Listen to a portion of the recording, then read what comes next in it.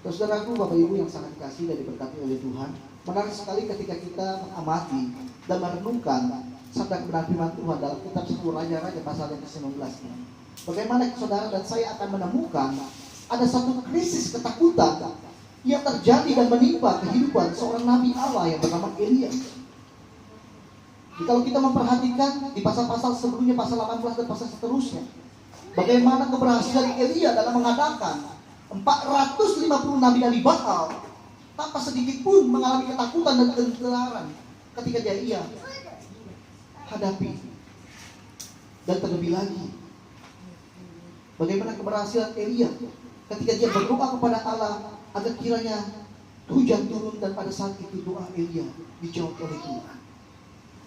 Tetapi pada pasal yang ke-19 ini kita melihat bagaimana ada satu perubahan yang begitu drastis yang terjadi dalam kehidupan Elia.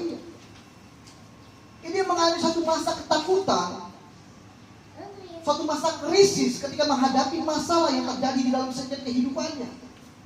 Tentunya ini adalah sesuatu yang kontras, bukan saudara-saudara? Jika saya menyimpulkan bahwa seringkali keputusasaan muncul setelah pengalaman-pengalaman rohani yang hebat terjadi dalam kehidupan seseorang. Seperti halnya yang dialami oleh Elia. Tetapi menariknya saudara-saudara, dalam keadaan krisis, ketakutan dalam mengatasi masalah, Allah hadir ke tengah-tengah Elia untuk menyelesaikan permasalahan yang dihadapi Elia pada saat itu. Saudara-saudaraku, Bapak Ibu yang sangat dikasihi dan diberkati oleh Tuhan, bukankah hal serupa bisa saja terjadi dalam kehidupan saudara dan saya? Ketika saudara menghadapi masa krisis ketakutan dalam menghadapi masalah, maka Allah hadir di tengah-tengah kehidupan saudara dan saya. Allah hadir memberikan kekuatan dan memberikan jalan keluar atas setiap permasalahan yang terjadi dalam kehidupan saudara dan saya. Jadi saudaraku, Bapak Ibu yang sangat dikasihi dan diberkati oleh Tuhan, sebagai orang percaya, kita harus senantiasa memiliki kepercayaan yang kokoh bahwa Allah tidak pernah meninggalkan saudara dan saya dalam situasi ataupun kondisi apapun. Ia akan senantiasa menyertai kita dulu, sekarang, sampai selama-lamanya. Dan hari ini kita akan melihat bagaimana awal mulanya suatu krisis ketakutan yang menimpa sang nabi Allah itu yang bernama Elia. Dikatakan dalam 1 Raja-Raja pasal yang ke-19 ayat 1 sampai yang ke-3, di sini dikatakan, ketika Ahab memberitahukan kepada Izebel segala yang dilakukan Elia dan perihal Elia membunuh semua nabi itu dengan pedang, maka Izebel menyuruh seorang suruhan mengatakan kepada Elia, beginilah kiranya para Allah menghukum aku, bahkan lebih lagi daripada itu, jika besok kira-kira pada waktu itu aku tidak membuat nyawamu sama seperti salah seorang dari mereka itu, maka takutlah ia, lalu bangkit dan pergi menyelamatkan nyawanya. Dan setelah sampai ke Batseba yang termasuk wilayah Yehuda, ia meninggalkan bujangnya di sana. Dari pembacaan ini dapat kita menyimpulkan bagaimana krisis ketakutan yang pertama kali diperhadapkan Elia ketika salah seorang yang bernama Ahab mengadukan perihal bagaimana Elia telah mengalahkan 450 nabi Baal buatan Izebel. Dan saudara, ketika Ahab melaporkan kepada Izebel perihal tentang perbuatan Elia, maka ini merupakan suatu ancaman yang serius bagi dinasti Ahab, sehingga ini menjadi suatu isu politik yang paling penting bagi pemerintahan Ahab untuk mempertahankan jabatannya sebagai raja. Atau bagaimana sikap atau respon maupun reaksi Nabi Elia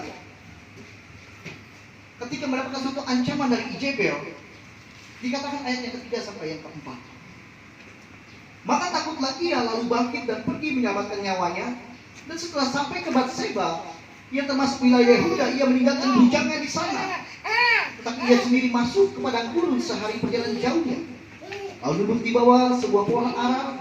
Kemudian ia mati, katanya, cukuplah itu, sekarang ya Tuhan, ambillah nyawaku, sebab aku tidak lebih baik daripada nenek moyang. Jadi respon Elia ketika mendapatkan suatu ancaman dari Izebel, Elia takut, saudara-saudara. Dalam bahasa Ibrani, kata takut di sini menggunakan kata halak, yang diterjemahkan dengan kata ran, yang berarti lari atau pergi. Jadi dalam hal ini ketika Izebel melontarkan suatu ancaman melalui orang suruhannya, pada saat itu Elia pergi dan lari, menyelamatkan dirinya, saudara-saudara. Dan pada saat Elia lari, pada saat itu Elia lari dari Batseba menuju Samaria, tepatnya di pegunungan wilayah Yehuda. Ini jemaat yang sangat kasih dan diberkati oleh Tuhan kita Yesus Kristus. Sebagai orang percaya kita harus melihat secara realistis apa yang terjadi dan menimpa dalam kehidupan Elia. Selain Elia sebagai Nabi Allah, tetapi Elia juga adalah seorang manusia biasa, yang dimana dia dapat mengalami satu masa krisis ketakutan dalam mengatasi masalah. Elia bisa saja mengalami satu masa depresi ketika menghadapi masalah. Dan ini adalah sesuatu yang normal, saudara-saudara. Dan menariknya, dalam keadaan ketakutan seperti inilah, bagaimana Allah tidak menghakimi iman yang ada pada Elia. Berbeda respon Allah di dalam Yesus Kristus ketika melihat sang murid-murid memiliki iman yang lemah, saudara-saudara. Saya mengajak kita membuka Alkitab kita di dalam kitab Lukas pasal yang ke-8.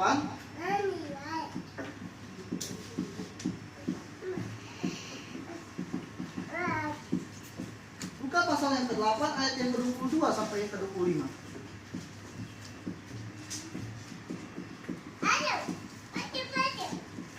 Bagaimana di sini diceritakan bagaimana murid-murid Yesus ketika bertolak ke seberang danau Galilea. Demikian firman Tuhan. Pada suatu hari Yesus naik ke dalam perahu bersama-sama dengan murid-muridnya, dan ia berkata kepada mereka, marilah kita bertolak seberang. Lalu bertolaklah mereka. Dan ketika mereka sedang berlayar, Yesus tertidur. Sekonyong-konyong turunlah taufan ke danau, sehingga perahu itu kemasukan air dan mereka berada dalam bahaya. Maka datanglah murid-muridnya membangunkan dia, katanya, Guru, Guru, kita binasa. Ia pun bangun, lalu menghadap angin dan air yang mengamuk itu. Dan angin air itu pun reda, dan danau itu pun menjadi teduh. Lalu katanya kepada mereka, di manakah kepercayaanmu? Maka takutlah mereka dan heran. Lalu berkata seorang kepada yang lain, siapakah gerangan orang ini, sehingga ia memberikan perintah kepada angin dan air, dan mereka taat kepadanya. Saudara, respon murid-murid, respon Yesus kepada murid-murid ketika mengalami krisis iman, Yesus senantiasa menghakimi, di manakah imanmu? Tetapi ketika krisis iman yang terjadi dalam kehidupan Elia, ketika ia mendapatkan satu ancaman dari Izebel, Allah tidak menghakimi. Oleh sebab itu menarik sekali, kisah Elia ini adalah sebuah ilustrasi klasik tentang orang yang mengalami ketakutan, mengalami depresi di hadapan Allah. Maka timbul pertanyaan dalam kehidupan kita sebagai orang percaya. Bagaimanakah cara Allah, Elia, mengatasi krisis ketakutan dalam menghadapi masalah? Kita buka di dalam kitab 1 Raja-Raja pasal yang ke-19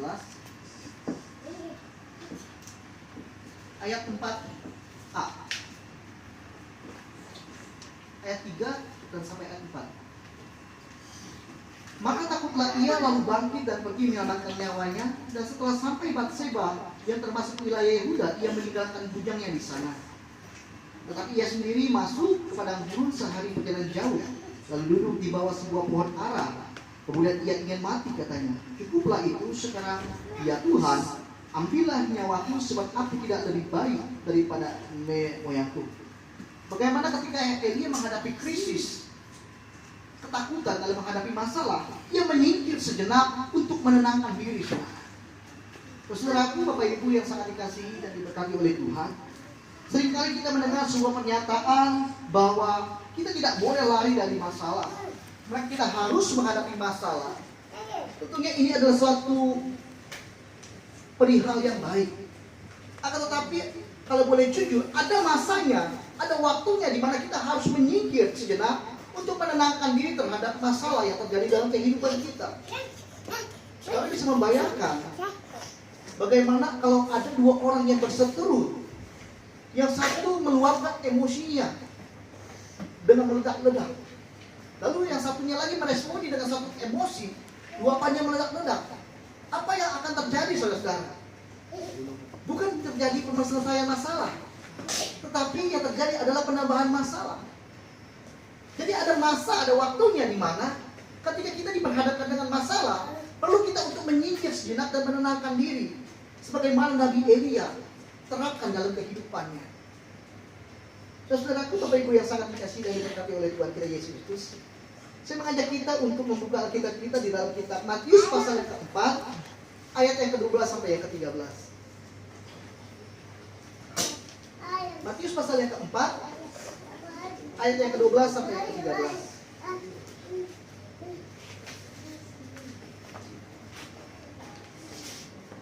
Demikian dibantu. Tetapi waktu Yesus mendengar bahwa Yohanes telah ditangkap, menyingkirlah ia ke Galilea. Ia meninggalkan Nazaret dan diam di Kapernaum, di tepi danau di daerah Zebulon dan Naftali. Dari ayat ini memberikan sebuah keterangan bagaimana Yesus Kristus mengatasi satu masalah ketika Yohanes telah ditangkap. Yesus bertolak, meninggalkan Nazaret.